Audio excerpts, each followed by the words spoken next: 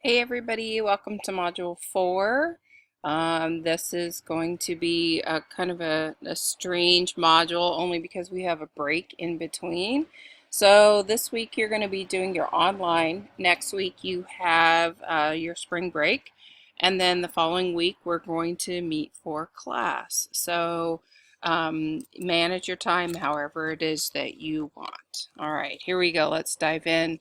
So Module 4 is on organizing and curating. And so last week we looked at locating. You guys did searching, you learned how to use some search terms with Google, all that good stuff. And then we also looked at filter bubbles and how to bust those filter bubbles. So this week we're switching over to the idea of curation, or pulling all those resources that you find together. So here's an intro into what curating is all about, and there's a Dilbert cartoon, which I love Dilbert. The first part of this module focuses on curation, you can see that, and then the second part here focuses on information and media fluency. So what I want you to do for part 1 in curation is you're going to go through the materials. So I have step by step. Here's some information. Here is a video to play on curation. Here is the idea that it's all about the quality, not the quantity. So it's not how much you have, but it's the quality of what you have. And another idea about what a content curator is. And then on this page, you'll see there's 3 articles. There's one here on the 5 models of content curation. I'd like you to read that. The 21st Century Curator, there's a link right here. I'd like you to read that. And then finally, let's see, there we go. Curation as a tool for teaching and learning. And if you click on there, I'd like you to read those 3 articles. There are some extra examples on the 5 models of content curation there if you would like to explore those. And then what you'll need to do with the information you learned from part 1 is you're going to need to post in your journal a reflection on what is curation and why do you think it is an important thing. Okay, so go through part 1 and then you're going to post in your reflective journals. The next part is on information and media fluency or literacy, and there's some details here to read about what each one of those is.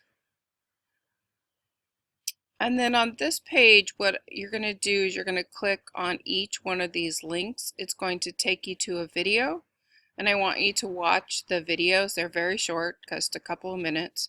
One is on information fluency, and the other is on media fluency. So watch those and think about what they're saying. You can also explore some additional resources here on information fluency. Next, I want you to watch this video here on news media fluency, which is a specific form of information or media fluency or literacy.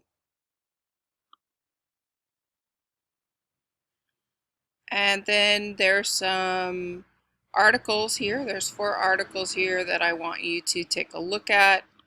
And then there's some videos here on fact checking, fake news, media news, and another cool kind of Google tool.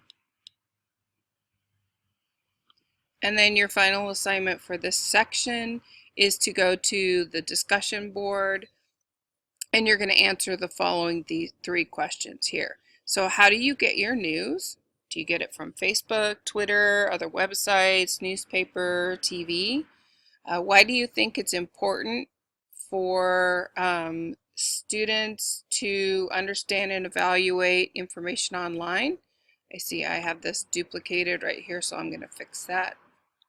And then number 3 is think about the grades you want to teach. So what grade or grades you want to teach, and how might you help your students evaluate online information. Okay, so first, how do you get your news? Second, why do you think it's important for students to understand how to evaluate that information? And 3, think about the grade or grade levels you would like to teach, and think about some strategies that you might be able to use to help your students evaluate online information. All right, that's it. See you later. Bye.